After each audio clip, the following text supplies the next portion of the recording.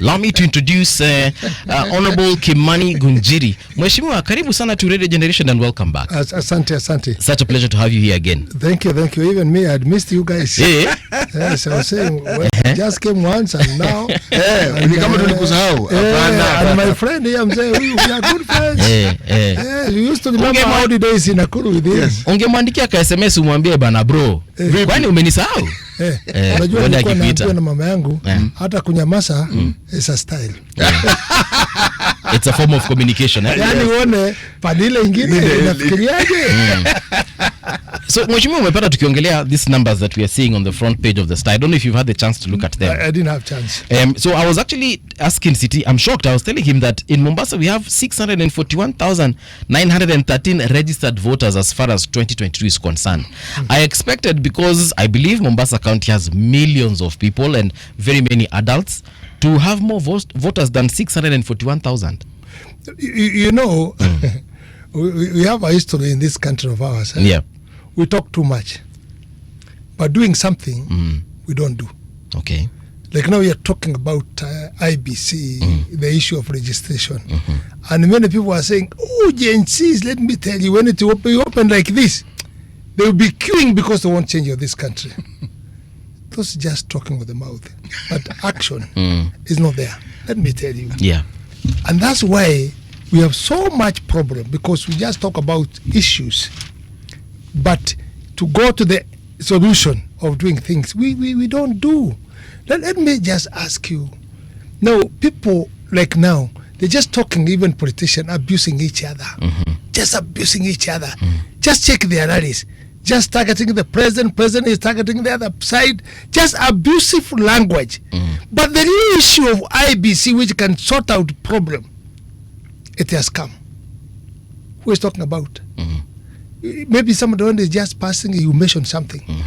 But we should concentrate knowing this is our solution 2027. This will be our change, game changer 2027. But we are not interested in the solution. No.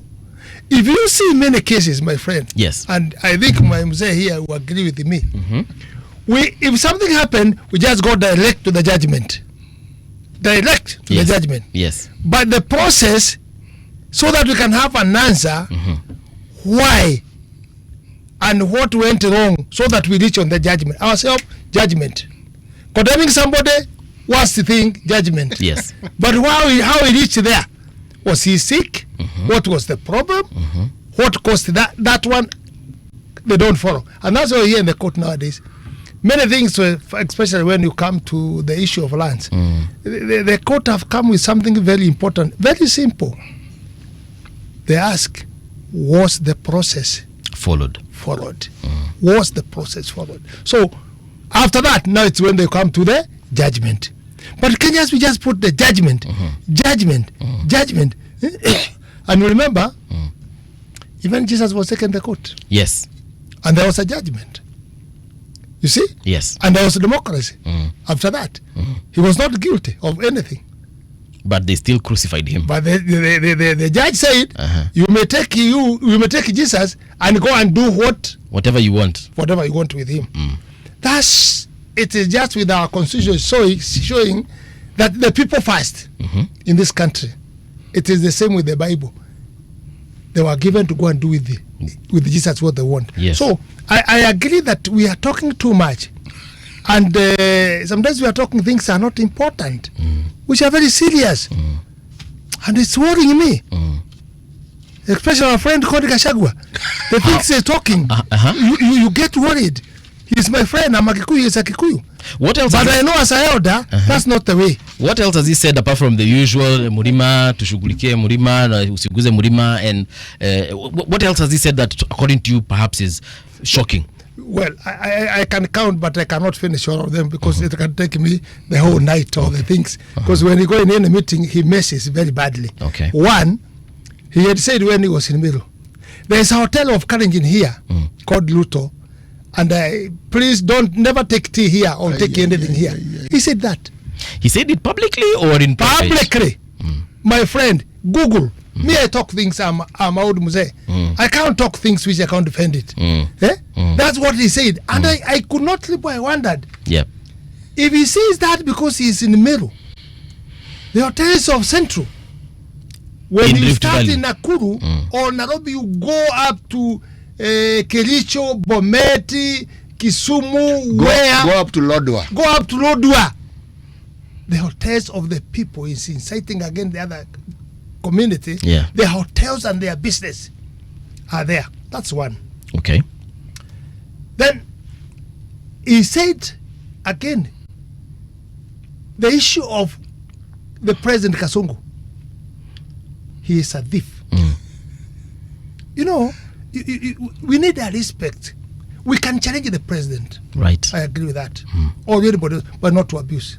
It is very bad. Recently, he was in Kajiado.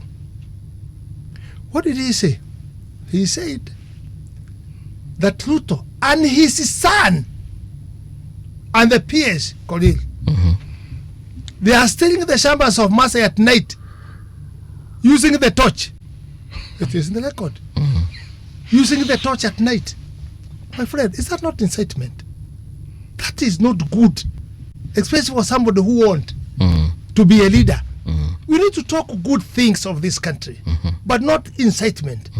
And when he sent Masais like that, and he has involved now the president and his son inside, I think we are going beyond. Fight with me, but don't fight with my children. Okay. Mention me, and let's argue with you, and not mention the president. Many things he has said about the stealing and the issue of the chambers. I would tell me I know about the chambers. I don't want incitement. Yeah. If I bring the list of Gachagua here, Yes. of the chambers, he has snatched people here. The time of Moita as a commission of lands. That list, you'll be shocked. And that's when you know the saying I say all the time. Nugu wana kundule la mwenzake, halioni kundule lake. Waswahili wanasema nyani haoni kundule. Haoni kundule. Anaona kundule la mwenzake. You know, all of us, we are sinners. But we need to know that there's a Jesus for making us come together. Okay. Let me tell you, when he was in America, what did he say? He said many things which are not good things. And I did not think that, again, atachukua ndege arudi Kenya. Okay. I did not think that. The country ili alishambulia na Hukudhani akasema atarudi? Sikudhani atarudi. Sasa unarudi wapi? Yeah. Nchi unasema ni baya, ina Al-Qaeda, ina nini, many things. Again he stood and said, wa Somali wananyang'anya watu mashamba. He said it. He said it. And he abused them, and he said they are Al-Qaedas. Al-Shabaab. Al-Shabaab. Wa Somali. Ati wananyang'anya watu mashamba. Let me tell you. Willing buyer, Willing seller. willing seller. Let me tell you. To me, I'm very happy with Somalis what they are doing. Okay. Because they are bringing development in this country. The way they are building the houses, it's not for them. But let me ask It's you. bringing the resources in the country. People are getting somewhere comfortable to stay. And let me give us the areas the Somalis are buying lands. I'm very happy. South C, South B. You get somebody with like a small house, maybe renting about 50,000. Okay. Only with like a compound. Yeah. These people called Somalis, they come. They buy at the price the person want. Anaweka ghorofa 20 ama 15. Even joint venture wanafanya wengine. How much were you getting from this plot? I was getting 50,000. Okay, I'll put it 12 floor, then I'll give you 3 floors. Okay. Where you'll be getting 500,000. Is that not a good investor? It is a good. It's a good investor. It's a good opportunity. But now we are going with the tribal, calling Somalis, they are what, calling who. And again, he is fighting with his own community. You heard when he was fighting with the people, the musicians. Right. He had a problem with them. Do you know, and I always repeat, Gachagua impeached himself. He abused the MPs in a very bad way. Very bad way. And the end of the day, he did not know they have their day. And their day when they came is when he was chastened by them. And again, let's not show so personal of somebody, so personal of somebody. Let's challenge, let's discuss issues. Yeah. in a good way. And the other day he was attacking again Raila Odinga. He was attacking Raila Odinga. Yes. Now, what is attacking the family? He is attacking Raila Odinga. He is attacking Somali. He is attacking the singers. Everybody, my friend. Where are you going to live when you are alone? But I think one thing. Yes. Let me give a suggestion. Right. You know, kuna msemo ya Kikuyu nasema nguruwe huwa azimu ndani yake kwa sababu ile bad nini iliwekwa na Yesu. Mashaitani ile ifukuzwa ikawekwa kwa kaenda mpaka akajiingiza kwa nini kwa maji. But we don't need to argue so much. What we need is to think. Can we take Gachagua on the hospital? Right. And be checked whether maybe he has a problem. But maybe because of what was done, maybe it affected him. Mheshimiwa, you and Gachagua were friends. Very good friend. What happened? What happened is only a fool cannot change. I checked him and his system and what he's doing. These things you are seeing now, you as Kenyans, I saw them after myself supporting him to be the deputy president. I saw the movement. I saw he doesn't listen to anybody. He doesn't listen to anybody. And I saw he is so greedy. It is him and himself for anything. Then I saw, no. This is not there. This is the not person I know. Yes, we need to be, all of us, this country, we're not going anywhere. We're staying here. My brother here, in his age, where are you going? He's here. Where am I going? Nobody is going out of this country. We can talk, but talk things which are very important to build this country. As I have said, today we should be talking about IBC, pushing people to register, telling young people, you won't change. The change is not violent. The change is not demonstration. It messed you, demonstration. You died, and which is not good. Why can't we take votes in a good way so that now we can make change on 2027? But Mheshimiwa, it seems as though the reason why he's doing what he's doing is because it seems to be working in his favor, because he has gained massive popularity within the community that he comes from. So perhaps he's doing this because the people that he represents, and people have actually now called him the kingpin in the central region, they seem to like what he's saying for them. You become popular because of abusing other people against other communities. Well, minus those communities. Minus the abuses. Let me tell you, those communities you are calling them Mlima. That's where my father came from. Okay. And I'm asking you, me, I'm born in Rift Valley. Those communities, when you are inciting them against other communities, let me tell you, the Kikuyus who are outside of Central, right? There are many than Kikuyus in Central. Utajiri wa Kikuyu ile iko nje, it is massive. It's not like utajiri iko katika nini. You need to be very careful of those people when you are saying that. You are getting. Let me ask you. Ini kusema Ruto hana familia yake, hana kabila yake pale ametoka? Of course I can. Now, if Gachagua is doing that, and you see, the thing I would like to tell people, Gachagua, Central, Kajiado. Central, Kajiado. That's a routine. So when he says to other people against a community, do you think he will be received well when he goes in the Rift Valley, where he's abusing Ruto and his own community? Do you think he will go Kisumu when he's abusing Leida? Do you think he will go in Somalia where he is attacking the Somalis? Then why are you putting yourself in the cage? Okay. Instead of be free. I want to ask our second guest, that is Joakim Simiyu, the Secretary General of Safina Party. Joakim, karibu tena sana. Thank you. Yeah, you're well. Shukuru. It's been a while. I think it's been more than a month now. Actually 2 months. Yeah, some months. Yes. Some months. Karibu sana Radio Nashukuru ndugu yangu. Yes. Umetupata tukiongea na mheshimiwa about that issue of former DP Gachagua and his rhetoric. What do you make of it? You know, it's hard for a leopard to change its madoadoa. For me, there are some things that do not surprise me. People are being themselves. And you don't expect Gachagua to behave any different from what he's doing. So I think we should refrain from actually looking at how people are behaving and look at what is actually ailing the country. That, according to me, that's the best approach. Right. Because the behavior of some leaders, as we see it, is the reason why we are in the mess that we are in. So even as we continue talking about them, we give them airtime and a lot of relevance that's not needed. We should. But is it possible to separate those individuals from our current political situation? Because at the end of the day, majority of these people would like to mine us from that conversation and focus on the issues that you'd like us to focus on, are part and parcel of perhaps the same conversation we want to have. Yeah, so as we talk about them, we should look at them from a point of what is their contribution to the problem that we have, and what's the way forward as we imagine a new country. Because the kind of tribal rhetoric, casting a blanket condemnation towards a certain community, I don't think that's the best approach. And if someone behaves that way, that means that person does not qualify to be anywhere around the leadership of the country. But would you then not say that, you see, there's what we say in the public like now. Yes. Then there are what we say when we are closeted by people who belong to a cohort Yes. that we believe. Yes.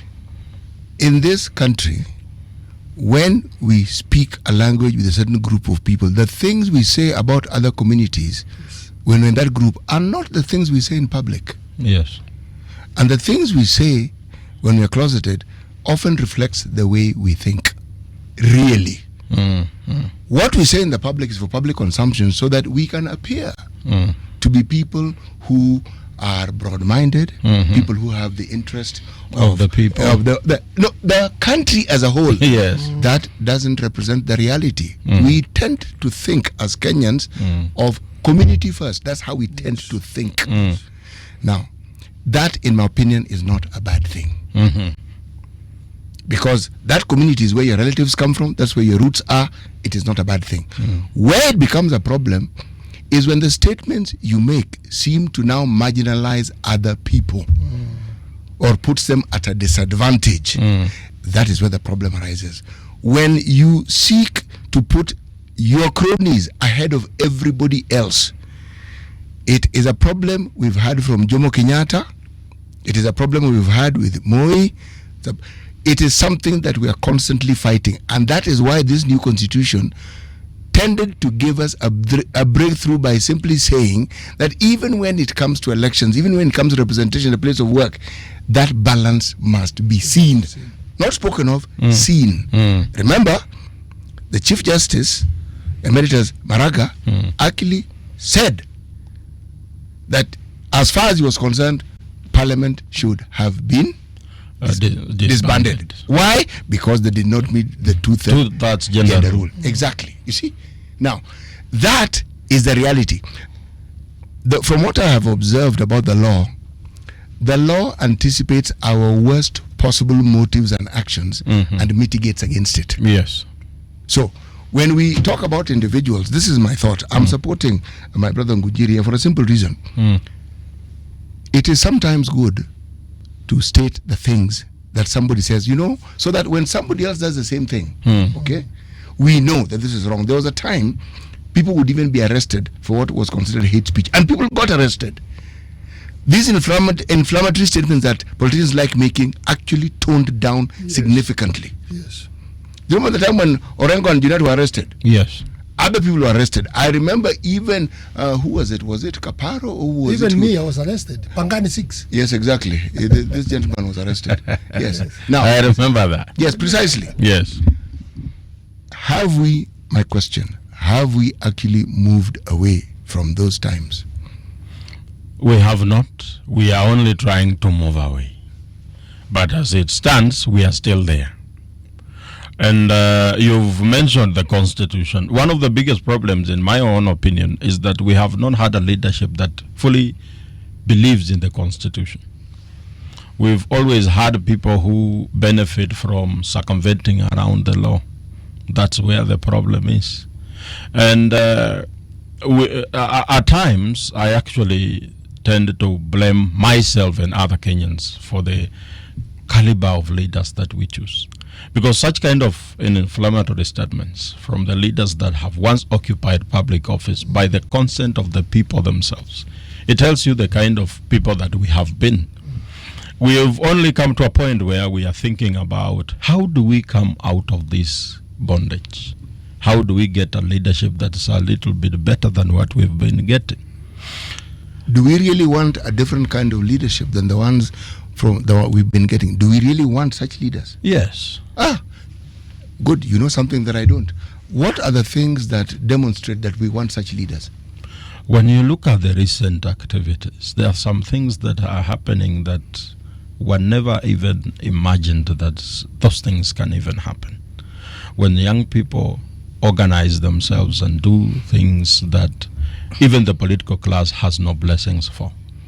And when you look at the behavior of the young people as we stand today, we are coming away from this, which you have said that thinking about community is not bad, but when you seek to disadvantage other people, we, as majority of the young people, we are only thinking about, even if you think about your own community, you're only thinking for it because you want it to also benefit from the national resources and other communities to also benefit from the same.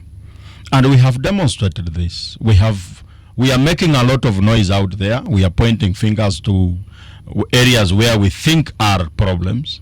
We are calling to account the leaders that we think are contributing to the problems that we have. So, but let me ask you, my brother. Yes. Do we have a constitution? We have it. Are we using the constitution, the government and the people? Are we using the constitution? First of all, the government and also the people, ourselves. Are we using the constitution? Maybe you enlighten us on, most particularly, how the people are not using the constitution. You see, when you are going to abuse somebody, my brother have said here, there's an institution which takes care of that, and it is in the constitution. So those leaders who are going to abuse people and inciting, are they in the constitution? You know, are they following the constitution? It gives you know, people, if we leave the constitution away, then we make our own thinking how we should behave. And my brother have said something very important. You know, people used to be arrested. I think when Raila Odinga was in Nakuru, something happened, and I mentioned something I did not think is serious, and I was arrested. I was arrested, and I was in Pangani with a group of Junet and other people. Waitito, we were there for 6 of us. We are calling ourselves Pangani 6. As you know, the history of Pangani, of the Kenya. The flying squad in Pangani. That's what made us know about Pangani. Yes. The flying squad that was based there. Yes. And is it working now? It's not biting people. It's not putting people. They are completely now silent when we need them to stand with the constitution. Okay. Because as my brother said, if you don't stand with that, where we are going, we are not going to use the law. We are going to use mob justice, and it's going to make us in a very big problem. Let me give you an example of just a small, not politics. This issue of boda. You create something, they ban your car, they beat you. Are we in the constitution? So public are not using the constitution, and neither. But Mheshimiwa, it's just a section of the public. I believe vast majority of Kenyans, one or another, are adhering to what the constitution actually says. Yes, it is true. I say it just actually no, we are not. The whole lot of us. Yes, the whole lot of us. If someone does something wrong, our position as Kenyans, we do nothing about it because it doesn't involve me directly. You're aiding and abetting it. You may not think so, but you are. We all know of the piki menace. We all know they don't obey any law. They are nothing. A piki runs into you. They are the ones who hit you. The next moment, there are around 20 of them. Yes. And they want to harass you. Nothing happens to them. The only time something happened was when they harassed a young lady on Wangari Maathai Road. Yes, exactly. That's when something was done. But outside that, you have traffic lights. They never adhere to those. Isn't that symptomatic of the bigger problem? My friend, you've gotten the heart of the matter. That's when I say us. Okay? Yes. That's what I'm referring to. Yes. You do not need the whole country breaking the law. If you have a group that seems to have embraced impunity and nothing happens, yes, the lawlessness that my brother is speaking of is with us. Is going to creep in on all of us. It's already there. It's not even creeping in. These young people, because most people who ride motorbikes are young, these people believe they're a law unto themselves. That's why they do the things they do. Why do they think this? Because they know there are not going to be consequences for their actions. Precisely. Why is it that there's no consequence? Because you actually see policemen just looking at them.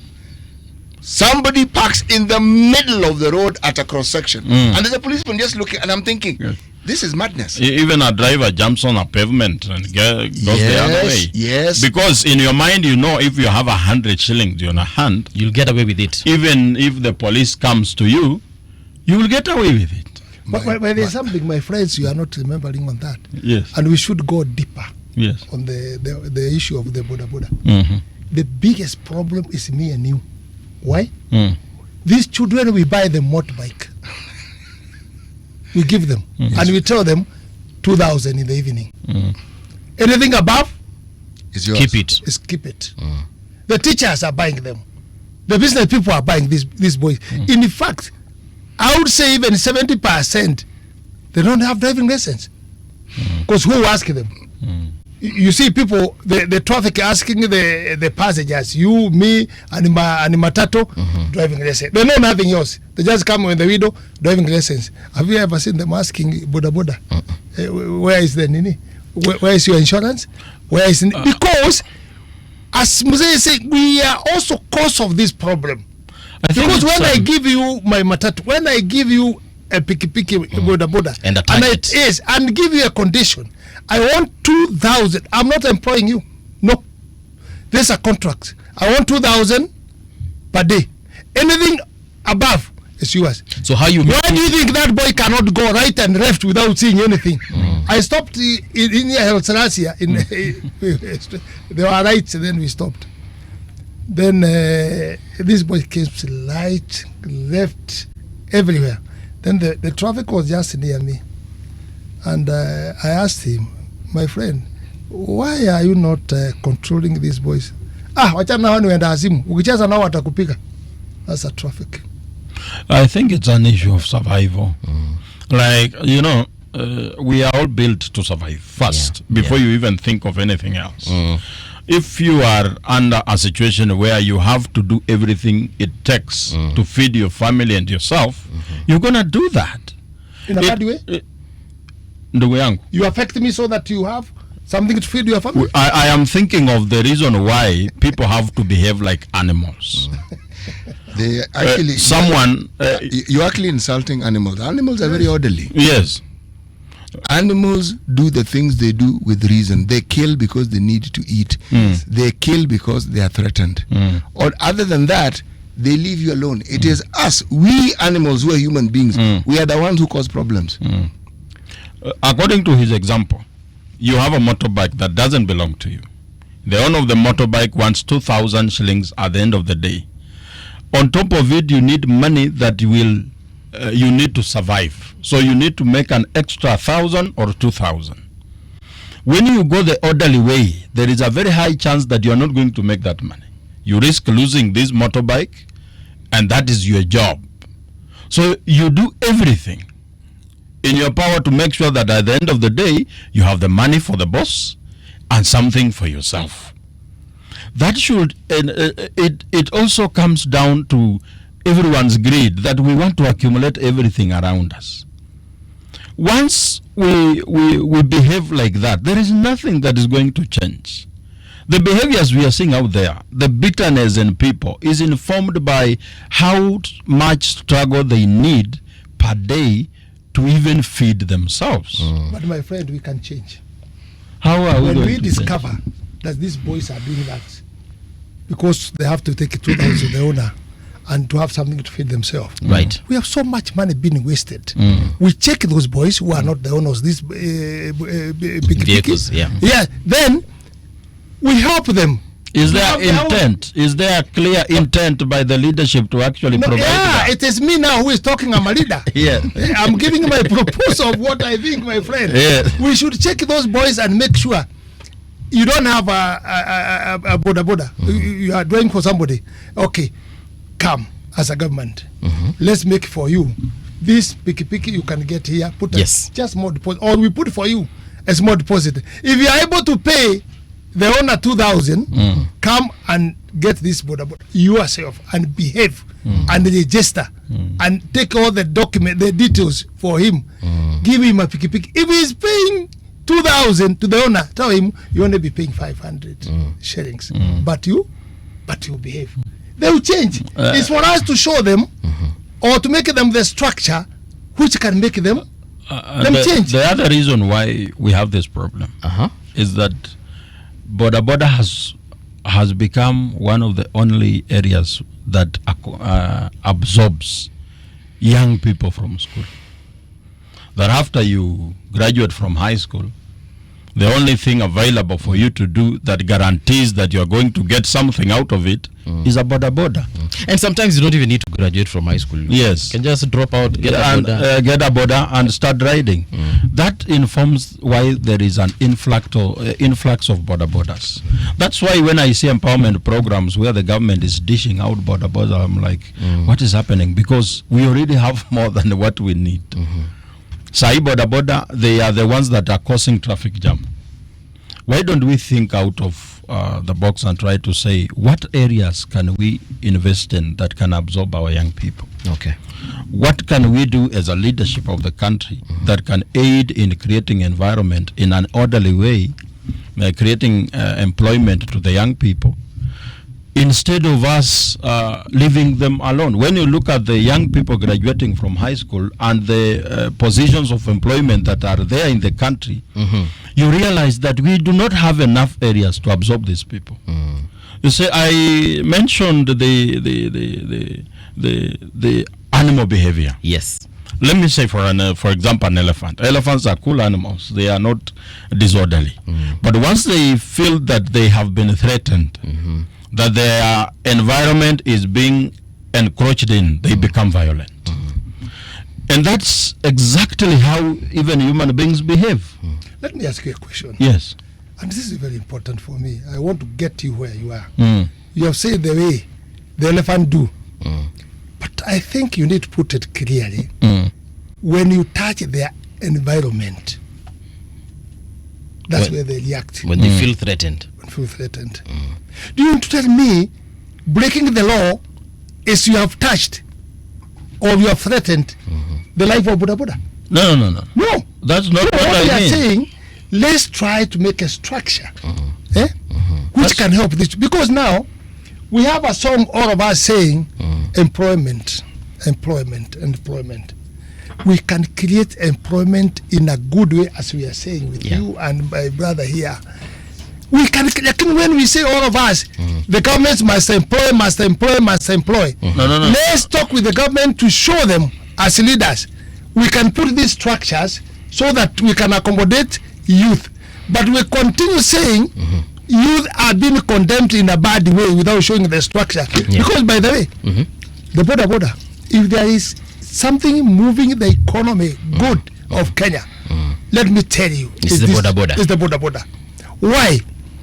You move very fast when you have a border. You'll be able to do, like America, you can do 3 jobs or 4 jobs per day.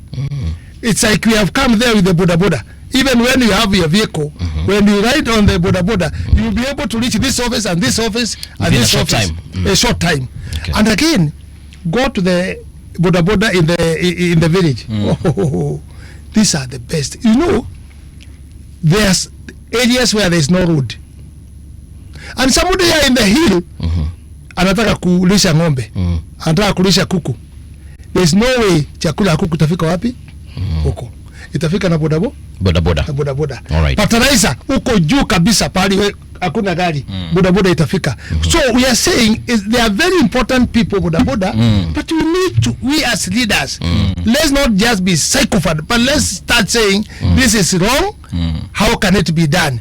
But now, when we condemn and we incite them against the government, and they are going nowhere, and we are going nowhere, all of us, we are there to live. Recently, I think 3 days, let me cut for 3 days. Okay. I think 3 days passed. Did you see people who died in Kikope? Yes, the Matatu accident. 13 people died.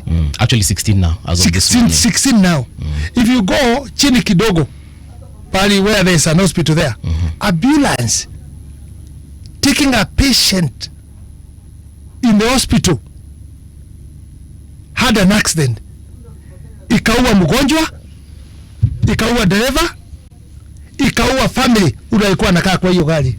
ya kupeleka mgonjwa hospitali just because of the behavior, my friend. Behavior. So if we just try and tie it back to the common mwananchi, and we were talking about the constitution, and then of course City said that none of us is respecting the constitution. Yes. So basically, Joakim, what are we saying then? That we are all damned, we are all doomed, that this country is dysfunctional, we disband it to hamia Tanzania? Dysfunctionality of the country is actually true. That to some extent we are struggling to actually function. But the question is, how are we here? What have we done that has contributed to this problem? We've been choosing leaders without interrogating where they're coming from, what's your track record, can you be able to actually follow the constitution as it is? Because we only do things that that are dictated by our own behaviors. Why do you say we don't examine the salient history of the leaders we elect? We only vote for someone that mostly you share an ancestry with them, someone that comes from where you come from. If Kimani Ngunjiri comes from where I come from, and he's running against someone that doesn't come from where I come from, I will not interrogate Kimani. I will only vote for him because he comes from where I come from. Kesi baadaye. Yes, without thinking about the consequences of the same, that the decisions made by Kimani in that office will affect me directly. But Joakim, let's pause for a second. Yes. And let's examine what you've just said. When people talk to each other about someone they want to elect, what are the things they say? Don't they refer to some harambe that he conducted? Somebody whom they helped get a job? Funeral, somebody they helped. We have a timetable and a process by which you get known to the public if you want to go into politics in this country. And Mheshimiwa has mentioned it, you attend funerals. You empathize with the family, you give something small. You attend church services. Okay? Only around elections. Yes, yes. Some start earlier so that people can. Yes. There is a way in which people get to know you. Yes. It is a process that we Kenyans have. You go to common places where people go to. It is not that we do not understand these people. There are people, after all, we know them. Yes. We know their families. We actually know them. The stories that we tell about, this person is you, wash. He was doing whatever he was doing before we elected them. Long before he even stood, we knew. So it's not that we don't know. Yes. We do know. The tribal factor plays an important role because most of the leaders we elect in our constituencies come from the areas where we come from. But the point I'm trying to make and the question that I want to ask with this is actually my pet subject. Do we hold the leaders to account? Because it is not the election that is the problem. Political leaders know that they are not going to be held to account. There's nobody who's going to tell him, haki, if you don't deliver this, haki huoni bunge. Not huoni bunge tena, haki we, in 2 months tunakutoa. They know they have 5 years and they know there's nothing you can do about it. And let me add you there, my brother. The important thing, which is very serious in this country, you have said if you know what attending, but the other one which politician uses is threatening the community where they are. Their community. We are in the problem. How so do they? Ruto is going to finish us. That's what's going in Milima. Ruto is going to finish us. We are going to be finished. He started with one of ours. Yes. We are in the problem. If you ask myself, in Milima, the problem which is in Milima for common mwananchi is the same problem in Kisumu. It's the same problem in Nyanza. It's the same problem in Mombasa. Same for common mwananchi. But, and this is what we should keep on telling voters. Yes. Don't be threatened by anybody with your tribe. There's no that threat. Because we are all Kenyans. And this country, as my brother here have said, it says very well even after election, you must show the face of Kenya. in the constitution, in appointment, Yeah. you must show the face of Kenya. But you use that one as a politician. Is that happening? No. But Mheshimiwa, if we decide to go with that tribal rhetoric for a second, to entertain it for a minute, the Star newspaper says that big scramble as Western and Nyanza jostle for the DP job. Clearly, if Mheshimiwa Gachagua anasema ya kwamba the mountain is going to lose, you know, that grip on power, it looks like that situation is actually imminent, because if come 2027, they are not going to be favorite of the president as far as the deputy is concerned, then Now you have come perhaps to they should be now scared. you have come to the point which Yeah. I will answer you. Uh-huh. The point, listen to Right. me. And the listeners listen. That threat, it is lie. Why? The Milima had 8 ministers. Right. 8 ministers. When Ruto had 2 ministers. We had 17 PSs. And I want everybody who is listening to correct me. 17 PSs. Yes. Chief Justice Mother Kome from Central. Kaja Inspector General from Central. Central Bank is a Kikuyu. Treasury, who was there, was a Kikuyu. Is it true? True, very true. Professor Njugu, yes. Jogona, Yes. mkubwa ya majeshi Kahari. Kikuyu. He was there. Check in the parliament the majority. Check parastatus. Check the votes which Kikuyus gave this government. That's only the praise I agree with the Gachagua. It was 47. When you count the ratio, it was Okay. 47. Look at Raila Odinga now, they are with the Ruto. He was given by Kikuyus 13%. Add 13% and 47%. 60. 60.3%. You won't tell me Kikuyus had more than half of the government. I want someone to challenge me. They had more than half of the government. Now, when you are telling me threatening them, they have been threatened. The position. When they had 60% of the government. PS, what, Mini. But What else? And let me tell you, I'm projecting here. Where we are going now, yeah. because everybody have tasted. Joe have tasted. Other people have tasted. Aparala have tasted. The other people, ODM have tasted. There is no any community who get more than 20% or 30% in the government anymore. Because where you are going now, it is that you want to support Ruto. What is our cut? You want ministers, 3, what? That's in Joe. The other side, what do you want? You want ABCD. People will not go and vote for Ruto. No. They will go to vote for what? They are getting out of They are getting out. As ODM is doing. I like them. The way they are doing it. They were outside kwa baridi. Na Raila was been singing, hii mkata ikatu mzuri. Hii mkata ikatu mzuri. Alipata njia ya kukata mkata mzuri, akaingia wapi? alipewa kiss. Gachagua said, Gachagua alisema nitahakikisha tuna 47%. Okay. Nitahakikisha State House mitego yote nitaweka huko. Hiyo nyumba hautaingia. But he forgot his shares and fought his own people. Na mitego ikatolewa na akawekewa mitego na akanaswa. So my question is, yes. Where did we start making noise from?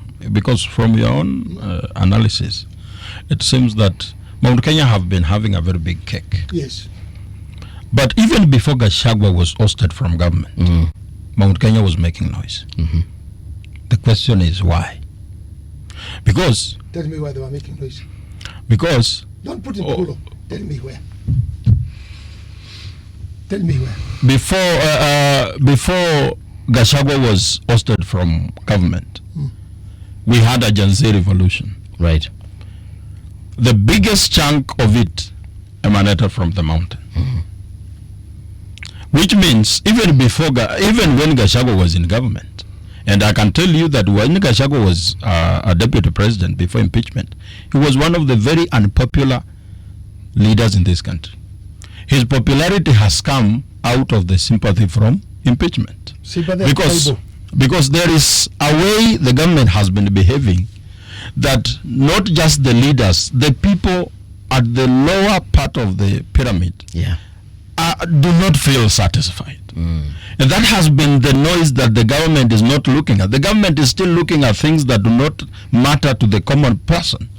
That when you give a job, a ministerial position, to a person who comes from my community, what do I get out of it as a person who does not qualify for such kind of a job? I come from a place where a minister is Oparanya. He comes from my community. Apart from his salary that he's drawing from that government, how am I getting benefit? Okay. The government is not thinking about why are the people making noise. We are still going according to the program that has been there since time immemorial. That once you gather some tribal chieftains and make them happy, everyone from where they come from is happy. But Joakim, it's almost impossible not to have someone who is either a tribal chieftain or something close to that. Yes. For instance, what is the strategy of Safina party, of which you are the secgen, to ensure that they clinch? Because every other party, it looks like everyone is bringing numbers. Yes. Matiang'i is bringing X amount, Kalonzo X amount, Mata X amount. So what is the strategy of Safina? In Safina party, we are thinking about what has been the biggest problem. That even when we elect someone new, we end up with the same problems that we've been crying. We could end up voting for another president, but come back here and cry of the same problems under a different president. So before we even say that we want this seat, the issue is, what are you coming to do after you get in power? What do you think has been the biggest problem? And in Safina as a party, we think it all revolves around the resources of the country. That they are not fulfilling the purpose for which they are meant for. That the Kenyan people are working so hard every day, but at the end of the day, they don't see the fruits of their labor. They see it on someone else. And that has been the question every time. When we talk about any kind of conflict, any kind of disregard to the law, deep down there is some monetary value attached to it. That you are not adhering to the traffic rules, you are running to wherever you are going because you want to get something at the end of it. And there is a way our government have been behaving around this time. That Kenyans are taxed. You hear that the government has borrowed this X amount of money, but when you look at the services that you're getting, the return on your investment, it does not match to the effort that you're putting in. In Safina, we intend to make the fruits of the labor of the Kenyan people come to them. That the taxes you are paying, you can get services for the taxes that you are paying. Do you actually have a strategy that will help you clinch that power? Yes, we have a strategy. Let me just chip in. Give me a minute, my brother, because I'm older than you. And I have experience. I've worked with Moi, I've worked with Kibaki, I've worked with Uhuru, I've worked with this government. All what you are saying, it is right. But let me tell you, Safina will not change. Any party will not change. It is our leaders can change. Because when you are saying what they are correcting, they are not using it properly. There is a structure and a machinery. Not shouting, not fighting the other one. There is a machinery. There is MCA, there is governor, there is Mujumbe, there is those things to argue in the parliament. You see, what we are saying now is what we would be. Don't blame the president there top. Let's blame our people from the ground. Saying the leadership. Yes. When I say the leadership, it's all inclusive. It's from the president to the lowest level. That what we are doing is not serving the purpose of leadership. For example, if the Minister for Finance comes and tells us we've been able to pay 215 billion to some loan that we took, we should clap for that minister that actually we've been able to pay as a country. But the question is, what did we do with the money that we've just paid? If we have paid 200 billion, it was borrowed for a certain purpose. Let's now go back and check this money that we've just paid. What did we do with it? Okay. Who is supposed to check? we are the people that are holding the government to account. City Muga has just to say. Don't say the people. Yes. Say the powers invested with MCA, the power invested with MP. These are the people, because we cannot, they know where you are. You cannot go in the parliament and talk issues. Yes. Gentlemen. Now, what we need to see, it is you are elected yourself. Let me ask you a question. Let me ask you a question before we finish. Yeah, 10 seconds. Do you agree that the way the country is managing the resources is wrong? Well, I cannot say it's wrong. I can say the people is wrong. So the government is right. So the people managing But it. the people are the government. The people are the government, my friend. So when the people say that the way resources are being managed, they are a government, and so they are wrong. They should push their MPs and ask them, go in the parliament, tell us this money we are paying. Mimi, the person seated here, Yes. I said we have a problem with our parliament. That they have moved from being the watchdog for the people and they have become a lapdog for the executive. Now you can talk. Now. And I said Yes. that we therefore need to pile pressure on them. Okay. And I Yes. actually suggested that we should take the pressure to their doors. That a member of parliament got 60,000 votes. And they are not doing what the people want. Now we want 1,000 people to go to their door and demand only one thing: to be fed. If you are voted for by 1,000, 60,000, what is the problem of feeding 1,000? Because you are passing bills that are making life for these people very difficult. Gentlemen, we have to end the show. Just a 1 minute. Mheshimiwa, we have to end the show. Is about Nini talking because he even said, my friend. No, let me do this. Can I invite you back next week? We just talk about chapter 1. Not because next week. Our sovereignty, and we see how it is our fault that we are actually in this mess that we call the government. We shall do Niliamuka that. saa 10 nilikuja unipe 30 minutes. Haki mheshimiwa, My friend. wakati 1 umeisha. hour. 1 hour. I'm so One hour ni sorry. mzuri. I'm so sorry. Ndakupatia kahawa tu saizi tu, usijali.